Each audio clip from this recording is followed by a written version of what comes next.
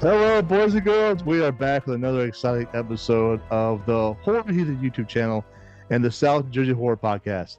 This is interview number two from the Halloween special that I'm doing this week. First interview was with Salem Collins, who all know from Halloween Kills, and now I am sitting down with Michele Dawson, who plays your favorite redheaded nurse, Deb, in Halloween Ends. So, a quick little tidbit about this movie in particular is that they got a lot of crap at the end. We all know a lot of people didn't like this movie, but they can kiss my ass because I enjoyed Halloween Ends. Yes. It's David. Everybody hates David Gordon Green, but I think he did a phenomenal job directing. So Yes. even though it's still part of the original canon, and it's not one of those dumb side movies that we see in between, from all the other Halloween films. Although as much as I love Halloween 5, it's not part of the original canon. So anyway, Halloween Ends, set 4 years after the events of the second film of the relaunched Halloween movie, and is the final chapter of Michael Myers, sadly, because I'm a huge Michael Myers fan. But there is Nurse Deb, phenomenally played by Michele Dawson, one of my favorite characters in the movie. So do not be fooled by her impertinence because that's who she is on screen. Okay, people, that's not her in real life. So, however, she is one step ahead of you, always one step ahead of everybody in the movie. Here to tell us more about her character in the movie, please give a very warm welcome and, if you can, a standing ovation for Michele Dawson. Oh my gosh. Thank you so much for joining me. How are you doing? Great. That was like the sweetest intro ever. Like seriously, that was so sweet. Like thank you. Like You're wow. welcome. The honor and pleasure is all mine. I'm jittery because I've wanted to talk to you for a long time about your role as Nurse Deb, and I'm glad we finally got the chance to do this because patience is everything, and so is persistence. So, It's yeah. true. It's true. If I So could tell you like how many years it took me in this business before Nurse Deb came along, like yeah, persistence is key. and for those who do know me, I've actually waited 5 years to talk to an actor on my show. Yes, I waited 5 years for someone to come on my show. It took them 5 years. I kept Wow. bugging and nagging in emails and phone calls, and finally, I guess they got tired of hearing my voice. I don't know, and they said, "All right, let's go on the show. Let's shut them up." Okay. Anyway, yeah, Well, I mean, scheduling is one thing too, you know. it was an actor from the Walking Dead series Oh, from the first season. Yeah, um, nice. Irony Singleton, really cool guy. I finally got him on my Nice. show after 5 years of waiting. So, That's awesome. Well, so congratulations. yeah. That was a big episode for me. I liked it. But anyway, we're not here to talk about that. We're here to talk about you and your character, the the sassy redhead in Halloween Ends. So it's just That's like I right. said, one of my favorite characters. So if you could please tell us a little bit about yourself and how you landed the role of the cunning Nurse Deb. Yeah. Okay, so gosh, let me think where to start. Yeah, I um been pursuing acting for a long time when finally, I saw this breakdown come out for this nurse character. It didn't even say there was really no description on the movie. It was just called Cave Dwellers, which was just so I had no idea what that meant. What is cave dwellers? And and so I don't know. For some reason, my mind went to like sci-fi, and so I had no idea what I was auditioning for. I had no idea exactly what Nurse Deb would become. The part that she would get to play in the Hollywood, you know, horror franchise of Halloween and what that kind of means in the, history of horror and I had no idea that it was Halloween. So anyway, I saw a breakdown for it. I submitted myself because I felt like uh Nurse Deb sounded really determined and I could connect with that. And, like I said, I had been in this business knocking on doors for a long time. It used to be my regular work that I'd give myself to spend time trying to connect with casting directors and, sending postcards and sending emails and just trying to get on people's radar. And yeah, it's just so funny that it came about the way it did. It really just has made me feel like you just never know, when something's going to work out and change things. You have no idea. Because when I auditioned for Nurse Deb, honestly, and I'm going to be real with you here. it was, I got the audition like maybe a day or two before Thanksgiving. And there's this thing where it's kind of like a thing actors say, like, you want to get an audition, go on vacation, because that's when they're going to come. And the same is kind of true of holidays. At least that had been sort of the pattern I had experienced. When there's a holiday coming up and I had plans to be with family or friends or whatever, I'd get an audition. And then you're just like, oh, okay, all right, let me pivot, and instead of going into vacation, celebration, rest, eating turkey and vegging mode, all right, let me get to work because this is what I've been wanting to do, and when the opportunity comes, you just gotta go with it. And so I was a tiny bit annoyed because it was like, 2 days before or a day before Thanksgiving, but I was like, you know what? I'm gonna knock this audition out real fast, turn it in, and then go enjoy Thanksgiving. And so that's what I did. So I jumped in, and as an actor, there's just some roles that you connect with more than others for whatever reason. And for some reason, I was just able to kind of play and have fun with Nurse Deb. I used very minimal, small props for my audition that felt like they really kind of helped bring Nurse Deb to life.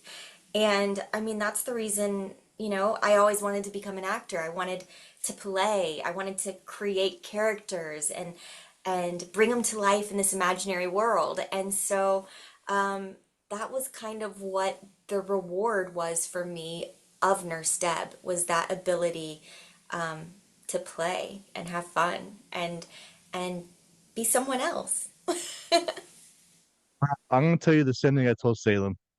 Um, you delivered your role flawlessly because it was just done so well. I mean, you actually you were able to grab the essence of the character and bring her to life, which is great. And you don't see many actors doing that in the Halloween franchise, and I believe you hit the nail like perfectly.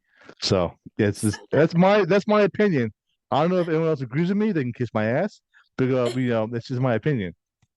But I apparently did something that they wanted me to play Nurse Deb. And um it's funny. I almost kind of wish I would have asked David Gordon Green, like, why did you pick me? I don't know why I never asked him that, but if I had to guess, I would think some elements, maybe it was the comedy that I incorporated into Nurse Deb. Maybe it was, those moments. Like, I remember watching the film the first time in the theater at the premiere, and I'd seen clips of it because we had done some ADR on it. So I'd seen just a couple clips of it, but not all of my performance. And um, to sit in that theater and have that moment where Nurse Deb is, in the office, in the doctor's office room, and turn around and making that comment,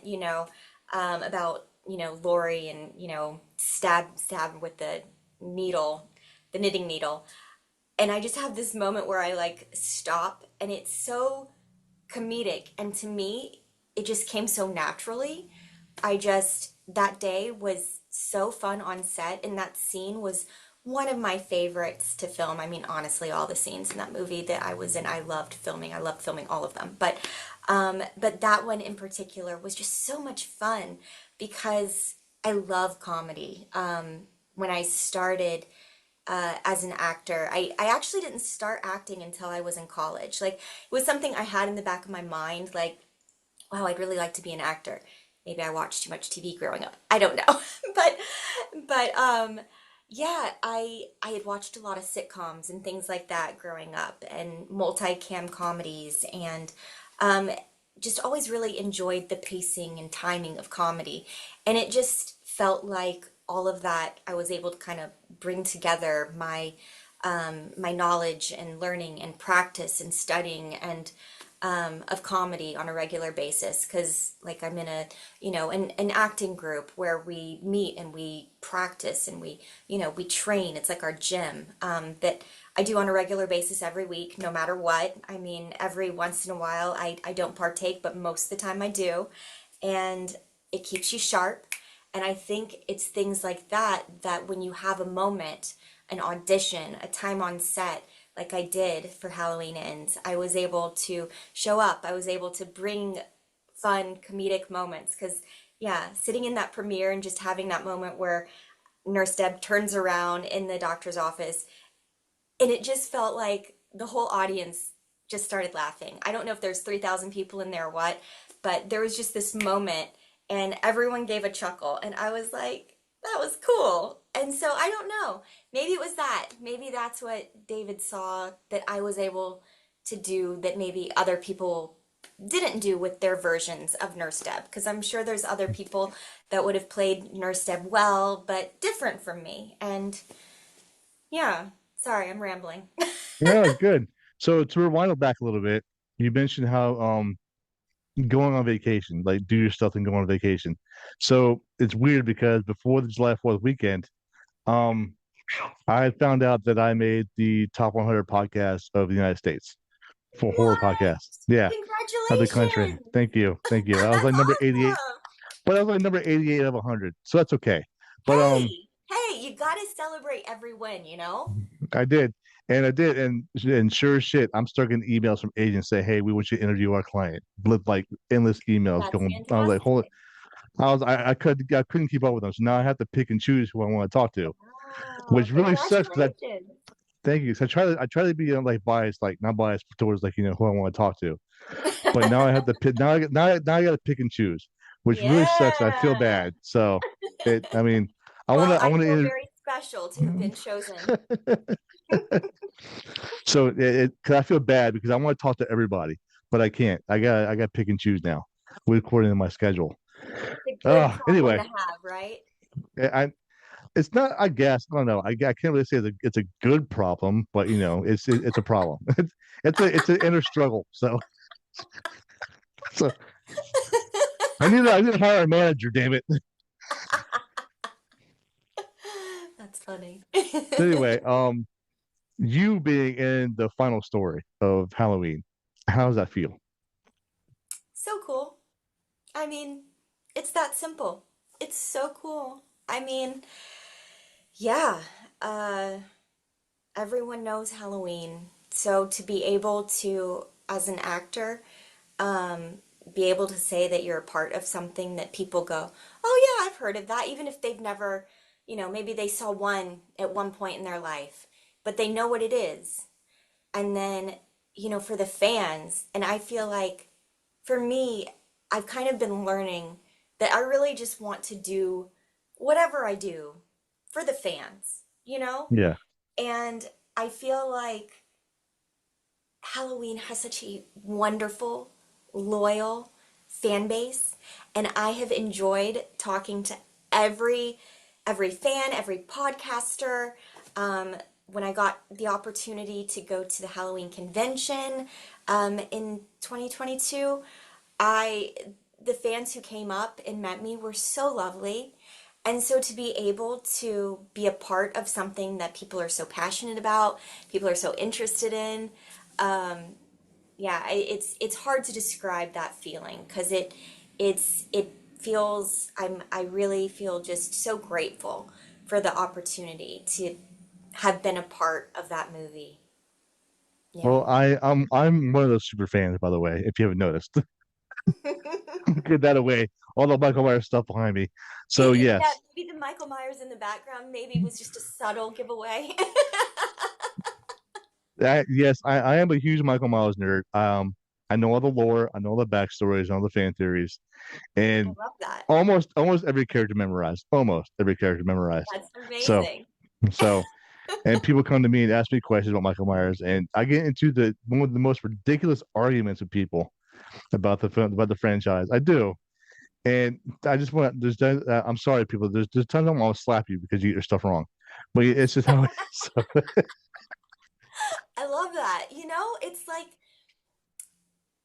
everybody has their thing. Some people love football. Some people love, wrestling or fighting or, Star Wars or Marvel movies and Halloween. And I think that that's fantastic. I love that everybody can kind of have their niche and feel passionate about it and get into it. And I feel like yeah, that's it just makes life more fun, right? To have a hobby, to feel passionate about something, to be able to have conversations with stranger and have this commonality. I just think it's great. yes, I do. I agree. My wife is a huge Scream fan. Her Ghostface is her thing. So every time I have a question about the Scream franchise, I ask her. That's awesome. That's So awesome. okay, so aside from being Nurse Deb, being a fun and supportive character throughout the entire film, from your point of view, how would you describe her? Ooh. Um, she's definitely fun. She's definitely flirty. Um, I think she's very smart. Um, she's definitely witty. And and she's a little conniving and she's definitely gonna look out for herself above all else. She was chosen to be what the lead nurse or what it was in the movie. I can't remember what it was. Like chosen for Andy about the lead nurse. I can't remember the role that she was chosen over. Oh, I can't right, remember. right, the Yeah, job. Yeah, yeah, yeah, yeah, the yeah, job. yeah. Exactly, exactly. She's the type that's gonna kind of like she's a survivor, you know? She's gonna walk in the room, she might bulldoze you, but she's gonna make sure that she goes exactly for what she wants. And you know, not really gonna let anyone stop in her way, even if it's her friend. I totally get it. This is how I relate with her because I am the exact same way. I am very ambitious when it comes to getting new jobs. I'm very competitive, Yeah. and I was the same way in the military. But it came to an end when I was liked, but I was also hated in the military Oh, because yeah, I would follow the rules, but at times I would talk back to people. So and it got me in a lot of trouble. gotcha. so, Gotcha. so Well, I feel like a lot of times, to to get ahead, to make progress, you do have to take risks, like in life. Otherwise, you kind of stay in the same place. So, yeah, in a way, I would say that's a risk-taking quality, and that Nurse Deb had a risk-taking quality as well. And she's fearless. so I think she's fearless. so okay, is she comparable to you or unlike as you as a person? I mean, I would say comparable in the sense of, I, you know, I am competitive. I would say I'm competitive. I've tried to grow as an adult into a healthy competitive. Um, I grew up, being a competitive gymnast. And so, gymnastics isn't really a team sport necessarily.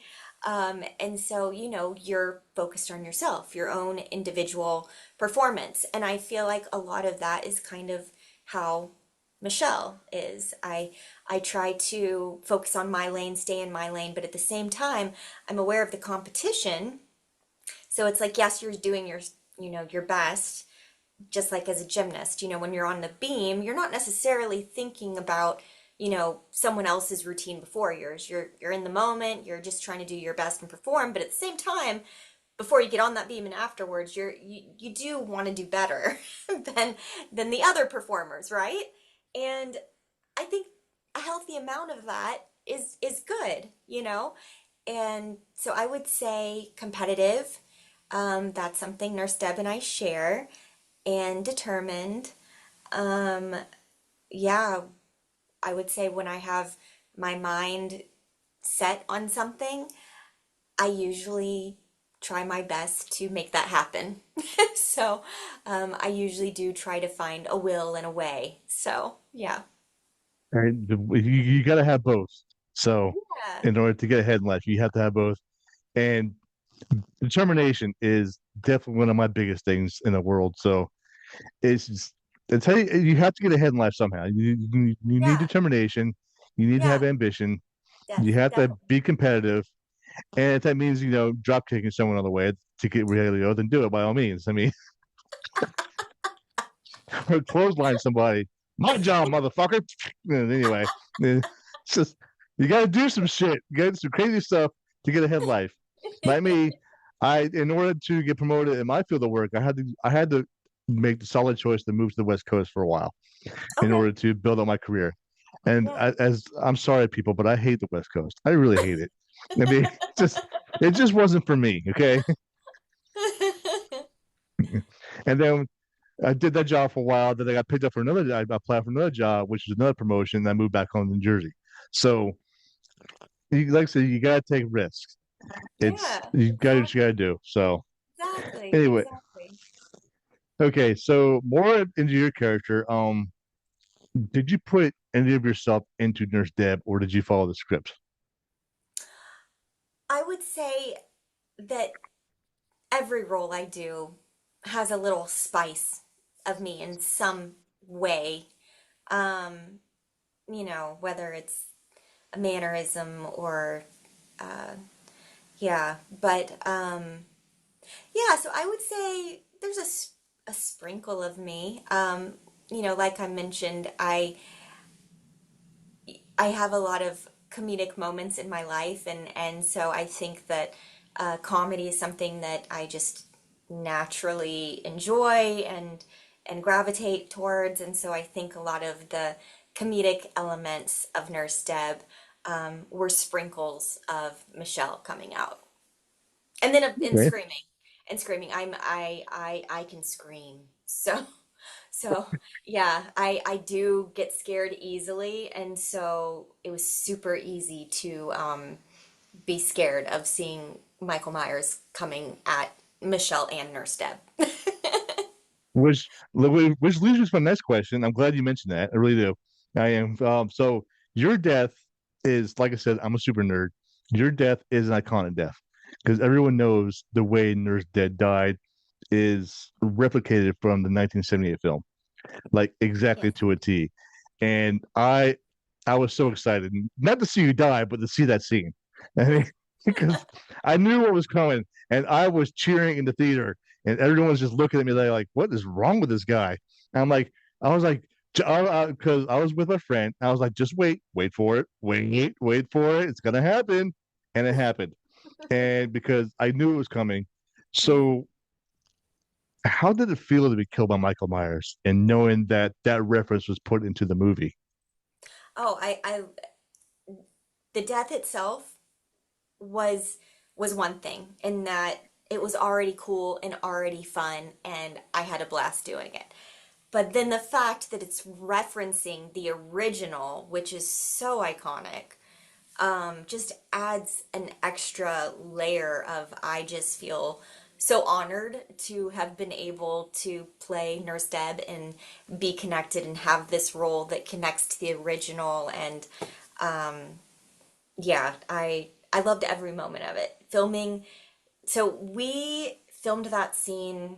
I don't know how many hours it took, but I don't know, maybe 8, 10, I can't remember. But it was the middle of the night, and like we had, I think our call time that day was in the afternoon, like I don't know, maybe 5 p.m. And then we weren't finished until, close to 5 a.m.